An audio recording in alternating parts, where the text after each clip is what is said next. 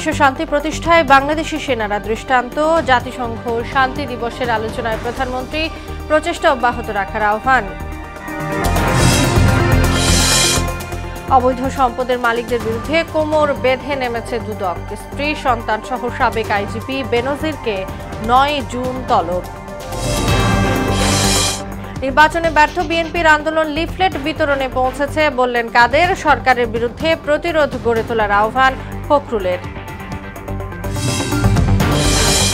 এবং পৌর বিরোধ মীমাংসা সংশ্লিষ্ট আইন সংস্কারের দাবি অংশীজনদের। দ্রুততম সময়ে উদ্যোগ নেয়ার আশ্বাস স্থানীয় সরকার মন্ত্রীর।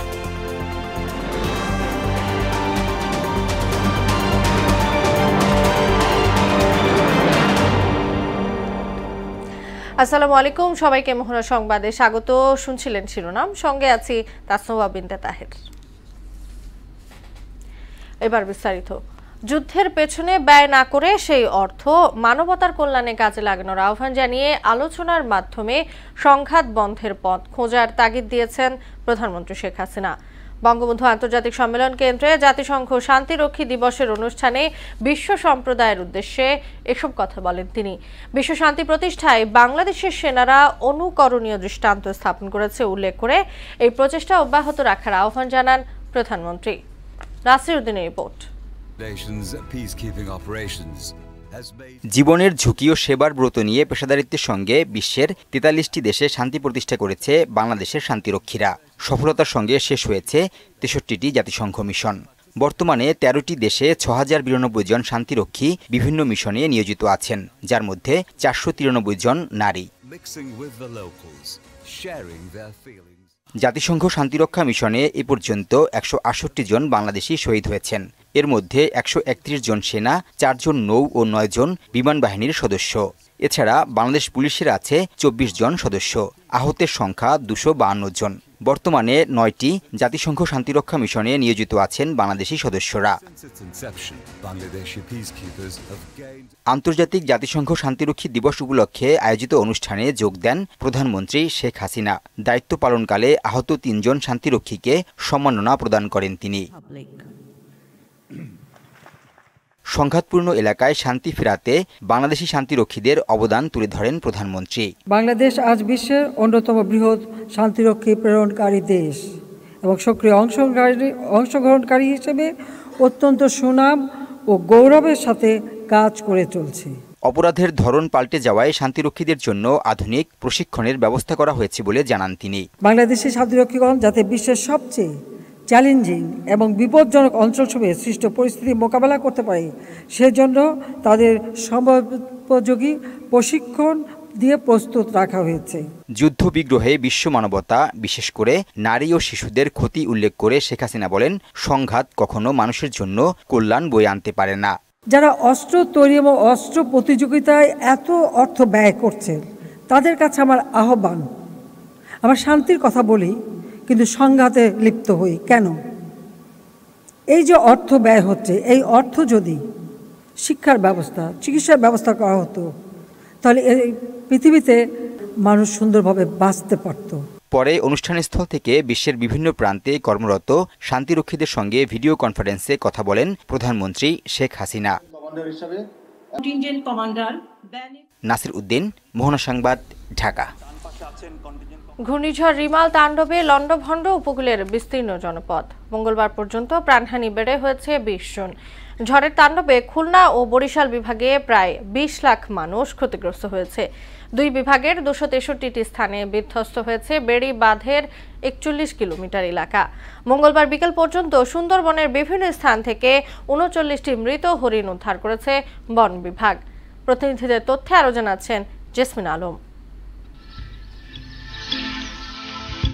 ঘূর্ণিঝড়ের প্রবল গতি ও জলোচ্ছ্বাসের বিরুদ্ধে এবারও ঢাল হয়ে দাঁড়ায় সুন্দরবন। তারপরও ঠেকানো যায়নি ক্ষয়ক্ষতি। রিমাল তাণ্ডব শেষ হওয়ার পর উপকূলে ধীরে ধীরে প্রকাশ পাচ্ছে ক্ষতচিহ্ন। ঘূর্ণিঝড়ের প্রভাবে জোয়ারের পানিতে ভেসে যাওয়া সহ গাছ ও ঘর চাপা পড়ে মঙ্গলবার ১০ জনের মৃত্যুর খবর পাওয়া গেছে। এতে মৃতের সংখ্যা বেড়ে হয়েছে ২০ জন। তবে সরকারি হিসেবে এ সংখ্যা ১৬। ঝড়ের তাণ্ডব, ঢেউ ও প্রবল জোয়ারে খুলনা ও বরিশাল বিভাগে বিধ্বস্ত হয়েছে 1.5 লাখ ঘরবাড়ি। বিধ্বস্ত হয়েছে 263টি স্থানে বেড়িবাঁধের 41 কিলোমিটার এলাকা। এর মধ্যে বরিশালে 120টি পয়েন্টের 20 এবং খুলনার 143টি স্থানে প্রায় 21 কিলোমিটার বাঁধ ক্ষতিগ্রস্ত হয়েছে। খুলনা বিভাগের 10 জেলায় গৃহহীন হয়েছে 1,32,800 পরিবার। বরিশাল বিভাগে কৃষি খাতে প্রাথমিক ক্ষয়ক্ষতির পরিমাণ 500 কোটি টাকা। মঙ্গলবার বিকেল পর্যন্ত সুন্দরবনের বিভিন্ন স্থান থেকে 39টি মৃত হরিণ উদ্ধার করেছে বন বিভাগ। সুন্দরবনের ভেতরে প্রবেশ করার পর জানা যাবে ক্ষয়ক্ষতি ও বন্যপ্রাণী মারা যাওয়ার পূর্ণাঙ্গ চিত্র। দুর্যোগ ব্যবস্থাপনা ও ত্রাণ মন্ত্রণালয় থেকে এ পর্যন্ত ক্ষতিগ্রস্ত মানুষদের জন্য চাল, শুকনো খাবার সহ 3,85,00,000 টাকা নগদ এবং শিশু খাদ্য ও গবাদি পশুর জন্য আলাদা বরাদ্দ দেওয়া হয়েছে। জেসমিন আলম, মোহনা সংবাদ। অবৈধ সম্পদের মালিকদের বিরুদ্ধে কোমর বেঁধে মাঠে নেমেছে দুর্নীতি দমন কমিশন। সাবেক আইজিপি বেনজিরের পর এবার সংস্থাটির নজরে এসেছে সাবেক সেনাপ্রধান ও রাজনীতিবিদরা। বুধবার সাবেক সেনাপ্রধান আজিজ ও জাতীয় পার্টি নেতা রুহুল আমিন হাওলাদারের বিরুদ্ধেও অভিযোগ আসে। আরো জানাচ্ছেন এমআর আসাদ। বিভিন্ন মেয়াদে সরকার ও রাষ্ট্রের গুরুত্বপূর্ণ দায়িত্বে থাকা অবসরপ্রাপ্ত কর্মকর্তাদের ওপর ঝুলছে দুর্নীতি দমন কমিশনের খড়গ। সম্প্রতি এ তালিকায় যুক্ত হয়েছে সাবেক আইজিপি বেনজির আহমেদের নাম। গণমাধ্যমে এ সম্পর্কিত সংবাদ প্রকাশের পর নড়েচড়ে বসে সংশ্লিষ্ট সংস্থাগুলো। একের পর এক বেরিয়ে আসে বেনজিরের সম্পদের নথি। সবশেষ আগামী 6 ও 9 জুন বেনজির ও তার পরিবারের সদস্যদের দুদকে তলব করে চিঠি ইস্যু করা হয়েছে। এদিকে জাতীয় পার্টির নেতা এবিএম রুহুল আমিন হাওলাদার ও তার স্ত্রী নাসরিন জাহান রত্নার আইএফআইসি ব্যাংকের আর্থিক বিবরণী তলব করেছে দুদক। সংস্থাটির সন্দেহ ব্যাংকে এ দম্পতির অস্বাভাবিক লেনদেন রয়েছে। আবার বুধবার বিকেলে সাবেক সেনাপ্রধান জেনারেল আজিজ আহমেদের বিরুদ্ধে দুর্নীতির অভিযোগ অনুসন্ধান চেয়ে কমিশনে আবেদন করেন এক আইনজীবী। এতে সম্প্রতি আজিজ আহমেদের ওপর যুক্তরাষ্ট্রের পররাষ্ট্র দপ্তরের নিষেধাজ্ঞা আরোপের বিষয়টি উল্লেখ করে সেখানে আজিজ আহমেদের দুর্নীতির বিষয় তুলে ধরা হয়েছে বলে জানান তিনি। যত অভিযোগ আছে সব অভিযোগই আমরা পর্যালোচনা করা হয়, এখানে যেটাও করা হবে শিডিউলভুক্ত হলে হবে। এমআর আসাদ, মোহনা সংবাদ, ঢাকা।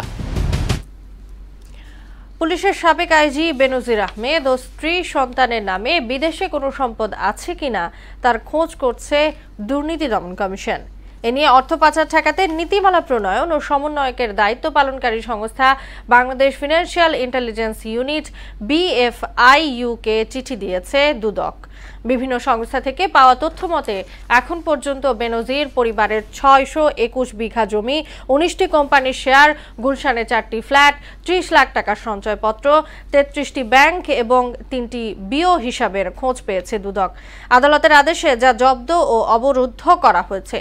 অবৈধ সম্পদের বিষয়ে জিজ্ঞাসাবাদের জন্য 3 মে সহ বেনজিরকে সস্ত্রীক আগামী 9 জুন তলব করেছে দুদক।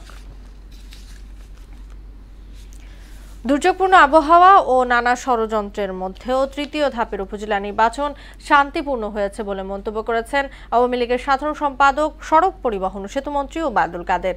আওয়ামী লীগ সভাপতির ধানমন্ডির রাজনৈতিক কার্যালয়ে ব্রিফিংয়ে একথা বলেন তিনি। এ সময় দুর্নীতির বিরুদ্ধে সরকার জিরো টলারেন্স উল্লেখ করে অপরাধী হলে সাবেক 2 বাহিনীর প্রধানকেও শাস্তি পেতে হবে বলেও মন্তব্য করেন কাদের। আরো জানাচ্ছেন ওবায়দুল হক মারুফ। বুধবার বিকেলে ধানমন্ডি আওয়ামী লীগ সভাপতির রাজনৈতিক কার্যালয়ে তৃতীয় ধাপে উপজেলা নির্বাচন সহ সমসাময়িক বিষয় নিয়ে প্রেস ব্রিফিং করেন দলের সাধারণ সম্পাদক ওবায়দুল কাদের। ভোটাররা নির্বিঘ্নে তাদের ভোটাধিকার প্রয়োগ করেছেন। উপজেলা নির্বাচন সফল করার চ্যালেঞ্জের জানিয়ে তিনি বলেন, নানা ষড়যন্ত্রের মধ্যেও শান্তিপূর্ণ পরিবেশে তৃতীয় ধাপের উপজেলা নির্বাচনে ভোট গ্রহণ হয়েছে।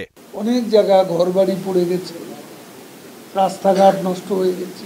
এর মধ্যে 35% বা তার চেয়ে কিছু বেশি, আমি বলবো মোটামুটি সন্তোষ। আওয়ামী লীগ সাধারণ সম্পাদক বলেন, নির্বাচনে ব্যর্থ হয়ে বিএনপির গলাবাজি বেড়ে গেছে এবং তাদের আন্দোলন এখন লিফলেট বিতরণে গিয়ে ঠেকেছে। তারা ভেবেছিল যে নির্বাচনে, জাতীয় নির্বাচনের পর দেশে একটা দুর্ভিক্ষ হবে, অনেক প্রাণহানি ঘটবে। তাদের সেই স্বপ্ন কর্পূরের মতো উঠে গেছে। বাংলাদেশে একটি লোকও এর মধ্যে না খেয়ে মরেনি। সভা শেষে এক প্রশ্নের জবাবে সাবেক আইজিপি ও সেনাপ্রধান প্রসঙ্গে ওবায়দুল কাদের বলেন, দুর্নীতির বিরুদ্ধে প্রধানমন্ত্রীর জিরো টলারেন্স, অপরাধ প্রমাণ হলে তাদের শাস্তি হবে। বেনজিরের যে কেরিয়ার, তার যে পার্সোনালিটি, তাকে তো বাইরে থেকে আপনারা কেউ ভাবেননি, এখন যা শোনা যাচ্ছে যোগ্যতার জন্যই সেনাপ্রধান করা হয়েছে। এখন সে যদি দুর্নীতি করে তদন্ত হচ্ছে। অপরাধী হলে কাউকে ছাড় দেয়া হবে না বলেও হুঁশিয়ারি দেন ওবায়দুল কাদের। জিরো টলারেন্স দুর্নীতির বিরুদ্ধে। ওবায়দুল হক মারুফ, মোহনা সংবাদ, ঢাকা।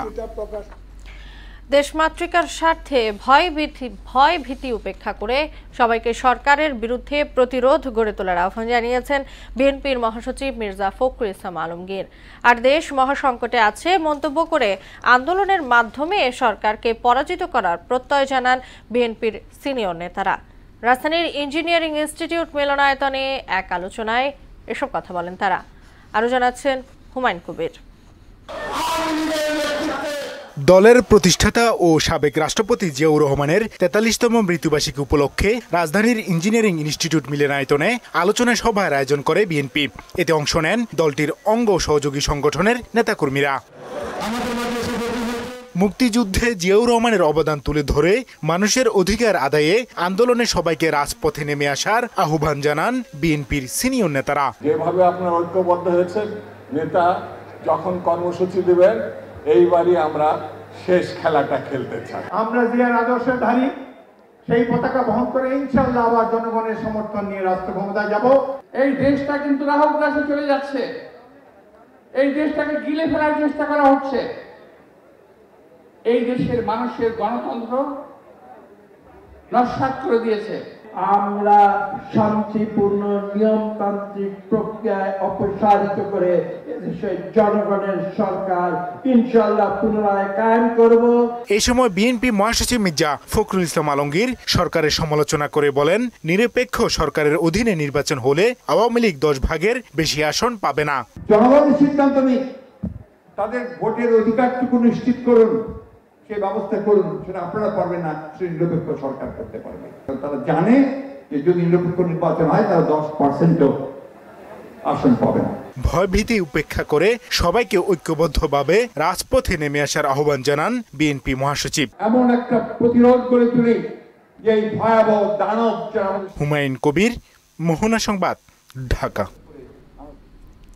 দেশের পৌর এলাকায় বিরোধ মীমাংসা সংশ্লিষ্ট ২০০৪ সালের আইনটি সংস্কারের দাবি জানিয়েছেন জনপ্রতিনিধি, স্থানীয় সরকার, আইন বিশেষজ্ঞ এবং সুবিধাভোগীরা। বিকেলে রাজধানী ব্র্যাক সেন্টারে আয়োজিত এক সেমিনারে এই দাবি করেন তারা। এ সময় যত দ্রুত সম্ভব আইনটি সংস্কারে উদ্যোগ নেওয়া হবে বলে আশ্বাস দেন স্থানীয় সরকার মন্ত্রী। ইমদাদুল হক খানের রিপোর্ট। বুধবার রাজধানীর মহাখালী ব্র্যাক সেন্টারে বিরোধ মীমাংসা বোর্ড আইন ২০০৪ এর সংস্কারের প্রয়োজনীয়তা শীর্ষক যৌথ সেমিনারের আয়োজন করে Madaripur legal aid association, Bangladesh পৌরসভা সমিতি ও নাগরিক প্ল্যাটফর্ম। সেন্টার ফর পলিসি ডায়ালগের সম্মানীয় ফেলো এবং এসডিজি বাস্তবায়নে নাগরিক প্ল্যাটফর্মের আহ্বায়ক ডক্টর দেবপ্রিয় ভট্টাচার্য সেমিনারটি সঞ্চালনা করেন। অনুষ্ঠানে দেশের পৌর এলাকায় বিরোধ মীমাংসা সংশ্লিষ্ট ২০০৪ সালের আইনটি সংস্কারের দাবি জানান বক্তারা। আদালতের এই জট থেকে বের হয়ে আসতে হলে আমাদেরকে এডিয়া অর্থাৎ বিকল্প বিরোধ নিষ্পত্তির উপরে জোর দিতে হবে। নাগরিকদের আইনি শাসন এবং বিচার পাওয়ার অধিকারটা শুধুমাত্র যে একেবারে ঢাকা শহরে সুপ্রিম কোর্টের থেকে তা না, এটা তৃণমূল পর্যায়ে নিয়ে যাওয়া।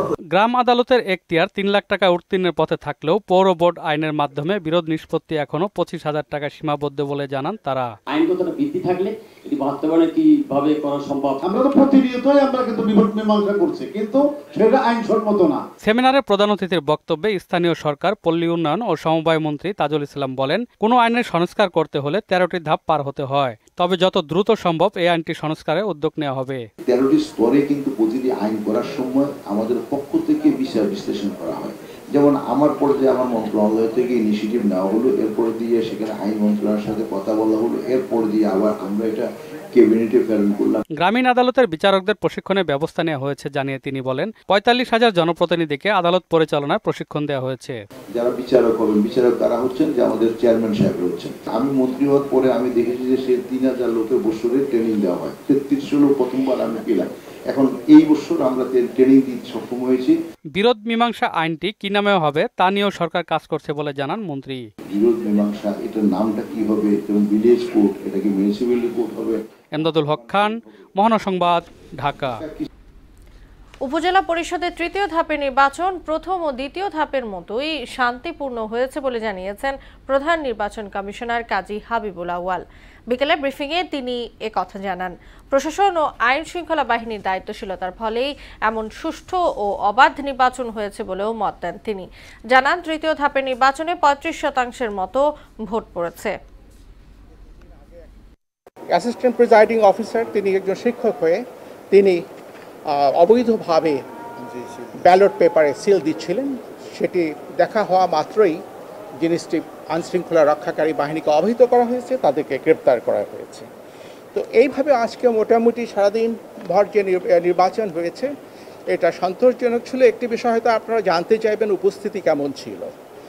আমরা এ যাবৎ যে উপস্থিতির যে তথ্য পেয়েছি সেটা আমাদের পর্যালোচনায় এটা 35± হতে পারে।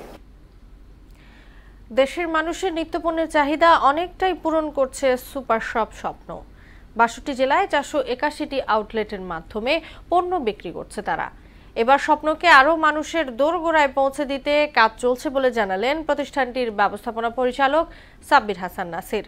বলেন মুদ্রাস্ফীতি বেড়ে গেলে সাধারণ মানুষের স্বপ্ন যাতে দুঃস্বপ্নে পরিণত না হয় সে লক্ষ্যে কাজ করছে প্রতিষ্ঠানটি। ক্রেতাদের ভালোবাসাতেই স্বপ্ন আজ ব্র্যান্ডে পরিণত হয়েছে বলেও মনে করেন তিনি। এমদাদুল হক খানের রিপোর্ট।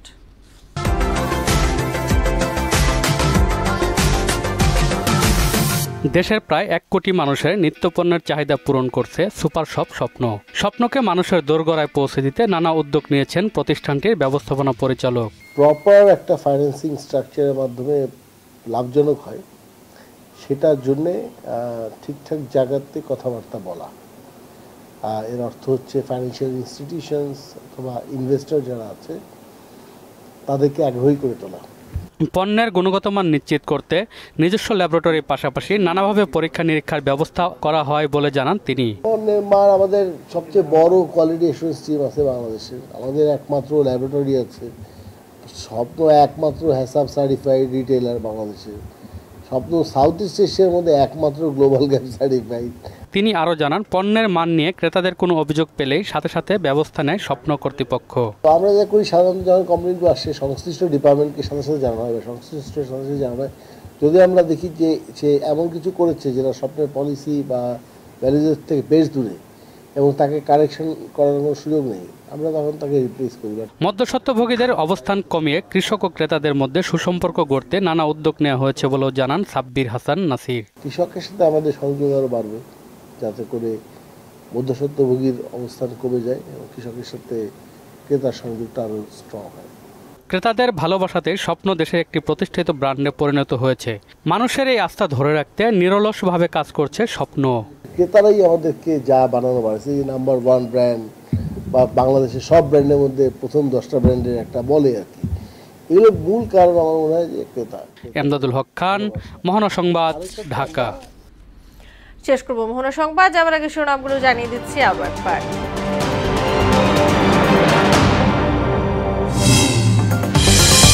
বিশ্ব শান্তি প্রতিষ্ঠায় বাংলাদেশি সেনারা দৃষ্টান্ত। জাতিসংঘ শান্তি দিবসের আলোচনায় প্রধানমন্ত্রী প্রচেষ্টা অব্যাহত রাখার আহ্বান।